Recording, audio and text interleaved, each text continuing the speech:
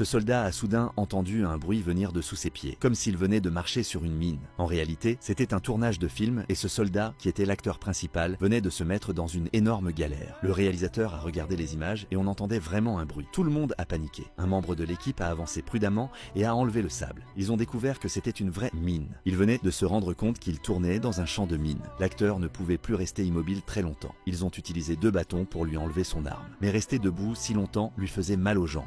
Ils lui ont donné des béquilles pour le soutenir et enlevé son casque pour qu'il puisse souffler un peu. Au bout d'un moment, la police est arrivée, mais rien qu'en voyant la mine, ils ont paniqué et sont repartis. Heureusement, dans un village à côté, ils sont tombés sur un vieux soldat à la retraite, un ancien expert en déminage. Il a mis ses lunettes, a observé la mine attentivement et a annoncé une bonne et une mauvaise nouvelle. La bonne, c'était une mine à pression. Tant que l'acteur ne retirait pas son pied, elle n'exploserait pas. La mauvaise, ce genre de mine était quasiment impossible à retirer. Soudain, un buffle a couru dans le champ de mine et a explosé. Tout le monde a encore plus paniqué, même l'acteur tremblait. Alors le réalisateur a proposé un deal au cascadeur. Si tu arrives à le sauver, je te fais héros dans mon prochain film. Le cascadeur s'est mis à genoux et très délicatement, il a glissé un couteau dans la botte de l'acteur, d'un côté puis de l'autre. En appuyant fort avec ses 2 mains, il a donné le signal et l'acteur a retiré son pied tout doucement. Et l'acteur a pu sortir son pied et sauver sa vie, pendant que le cascadeur gardait la pression sur la mine. Plus tard, l'acteur est revenu sur la plage et a promis au cascadeur qu'un jour, il ferait de lui un héros. Mais à ce moment-là, le réalisateur a dit à toute l'équipe de rentrer chez eux en leur mentant. Il leur a dit qu'il avait appelé une équipe de déminage professionnelle et que rester sur place était trop dangereux. Et une fois seul avec le cascadeur, le réalisateur lui a avoué qu'il n'avait appelé personne et qu'il l'avait abandonné là comme un vulgaire bouc émissaire. En faisant semblant de pleurer, il est parti lui aussi. Le pauvre cascadeur s'est retrouvé complètement seul. Va-t-il s'en sortir ?